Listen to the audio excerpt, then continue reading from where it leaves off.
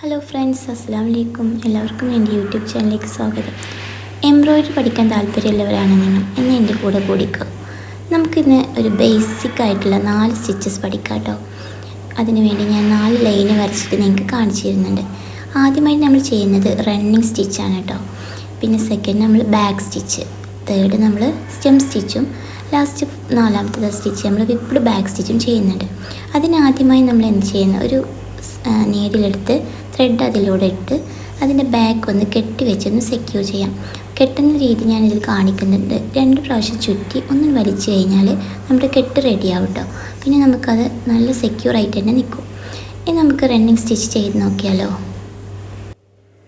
അതിനുവേണ്ടി നമ്മൾ ആദ്യം നമ്മുടെ എംബ്രോയ്ഡറി റിങ്ങിൻ്റെ അടിയിൽ നിന്ന് മുകൾ ഭാഗത്തേക്ക് നീഡിൽ ഉയർത്തി, അതുപോലെ തന്നെ അടിയിൽ നിന്നും മുകളിലേക്ക് ഉയർത്തി നമ്മൾ എന്ത് ചെയ്യും, സ്റ്റിച്ച് ചെയ്തെടുക്കും. ഇത് നമ്മൾ കീറിയ ഭാഗങ്ങളൊക്കെ യോജിപ്പിക്കാൻ വേണ്ടിയിട്ടാണ് നമ്മൾ ഈ സ്റ്റിച്ച് ചെയ്യുന്നത്. നമ്മുടെ മെഷീനിലൊക്കെ നമ്മൾ സ്റ്റിച്ച് ചെയ്യില്ലേ, ആ ഒരു സ്റ്റിച്ചാണ് നമ്മുടെ റണ്ണിങ് സ്റ്റിച്ച് എന്ന് പറയുന്നത്. ഇതിൻ്റെ ബാക്ക് ഭാഗത്ത് നമുക്കൊരു കെട്ടിടണം കേട്ടോ. അതെങ്ങനെയെന്ന് നോക്കാം. നമ്മൾ ആദ്യം ഒന്ന് കുത്തിയെടുത്ത് അതിൻ്റെ കൂടെ 2 പ്രാവശ്യം ഒന്ന് ത്രെഡിനെ ഒന്ന് ചുറ്റിച്ചെടുത്തിട്ട് ഒന്ന് വലിച്ചെടുത്താൽ മതി കേട്ടോ. അതുപോലെ നമ്മുടെ കെട്ട് റെഡിയാവും. എന്നിട്ട് നമുക്ക് നമ്മുടെ ത്രെഡ് കട്ടർ കൊണ്ട് കട്ട് ചെയ്തെടുക്കാം. ഇതിൻ്റെ 2 ഭാഗവും റണ്ണിങ് സ്റ്റിച്ച് തന്നെയാണ് കേട്ടോ വരിക, ഒരേപോലെയാണ് വരുന്നത്. നമുക്കിതിൻ്റെ മോട്ടീഫും കൂടെ കണ്ടു നോക്കാം. അടുത്തതായി നമുക്ക് ബാക്ക് സ്റ്റിച്ച് എങ്ങനെ ചെയ്യുന്നത് നോക്കാം. ബാക്ക് സ്റ്റിച്ച് ചെയ്യുന്ന സമയത്ത് നമ്മൾ ലൈനിൽ നിന്ന് കുറച്ച് മാറിയിട്ട് വേണം നമ്മുടെ ത്രെഡിന് കുത്തിയെടുക്കാൻ.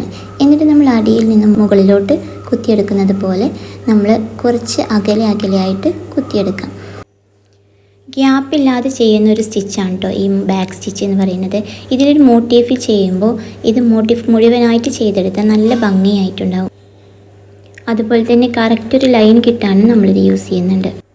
ഇനി നമുക്കിതിൻ്റെ ബാക്കിലോട്ട് കൊണ്ടുവന്ന് കെട്ടിട്ട് സെക്യൂറായി നിർത്താം കേട്ടോ.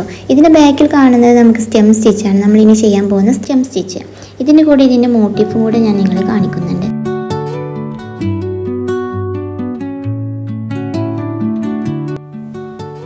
അടുത്തതായി നമുക്ക് സ്റ്റെം സ്റ്റിച്ച് എങ്ങനെ ചെയ്യുന്നത് നോക്കാം. അതിനുവേണ്ടി നമ്മൾ ആദ്യം ത്രെഡിനെ ഉയർത്തിയെടുത്ത് ബാക്ക് സ്റ്റിച്ച് ചെയ്തതുപോലെ തന്നെ ബാക്കോട്ടാണ് നമ്മൾ ചെയ്തു വരിക കേട്ടോ. പക്ഷേ ഇതിനൊരു പ്രത്യേകത ഉണ്ട്. നമ്മൾ ബാക്ക് സ്റ്റിച്ച് ചെയ്തതുപോലെയല്ല, ആദ്യം ചെയ്ത സ്റ്റിച്ചിൻ്റെ പകുതി വെച്ചിട്ടാണ് 2ാമത്തെ സ്റ്റിച്ച് നമ്മൾ മുകളിലേക്ക് നമ്മൾ കുത്തിയെടുക്കുന്നത്. കയറ് പിരിയുടെ പോലെയാണ് ഇത് നമുക്ക് ചെയ്ത് കഴിഞ്ഞാൽ കാണാൻ പറ്റുക. അതുപോലെ തന്നെ നമ്മൾ സ്റ്റെം സ്റ്റിച്ച് അധികം യൂസ് ചെയ്യുന്നത് ചെടികളുടെ സ്റ്റെമ്മൊക്കെ ചെയ്യാൻ വേണ്ടിയിട്ടാണ്. പിന്നെ നമ്മളത് എടുത്ത് ബാക്കിലോട്ടെടുത്ത് അതിനെ ഒന്ന് ലോക്ക് ഇട്ട് കൊടുത്ത് സെക്യൂർ ചെയ്തു കേട്ടോ. ഇതിൻ്റെ ബാക്ക് സൈഡ് നമുക്ക് കാണാൻ പറ്റുന്നത് റണ്ണിങ് സ്റ്റിച്ചാണ്. അതിൻ്റെ കൂടെ തന്നെ ഞാൻ ഇതിൻ്റെ മോട്ടീഫും ആഡ് ചെയ്തിട്ടുണ്ട്. അടുത്തതായി നമുക്ക് വരുന്നത് വിപ്പ്ഡ് ബാക്ക് സ്റ്റിച്ചാണ് കേട്ടോ. അതിന് വേണ്ടിയിട്ട് നമ്മൾ ആദ്യം ബാക്ക് സ്റ്റിച്ച് ചെയ്ത് കൊടുത്ത് ബാക്കിലോട്ട് വലിച്ച് അതൊന്ന് സെക്യൂർ ചെയ്ത് അവിടെ കൊടുക്കും. അതിനുശേഷം മറ്റൊരു കളർ ത്രെഡ് എടുത്ത് നമ്മുടെ ബാക്ക് സ്റ്റിച്ച് ചെയ്ത ഓരോ ഗ്യാപ്പിലൂടെയും ചുറ്റിച്ചെടുക്കുക. ഇങ്ങനെ ചുറ്റിച്ചെടുക്കുന്ന സമയം ഒരേ സൈഡിലൂടെ മാത്രമേ ത്രെഡിനെ എടുക്കാവൂ കേട്ടോ. ശേഷം ബാക്കിലോട്ട് എടുത്ത് നമുക്ക് അതിനെ ലോക്ക് ഇട്ട് കൊടുക്കാം. ഇതിൻ്റെ മോട്ടീഫ് ഇതിൻ്റെ കൂടെ ഞാൻ കൊടുക്കുന്നുണ്ട്. എല്ലാവർക്കും ഇഷ്ടപ്പെട്ടെങ്കിൽ ലൈക്കും കമൻറ്റും സബ്സ്ക്രൈബും ചെയ്ത് സപ്പോർട്ട് ചെയ്യണേ.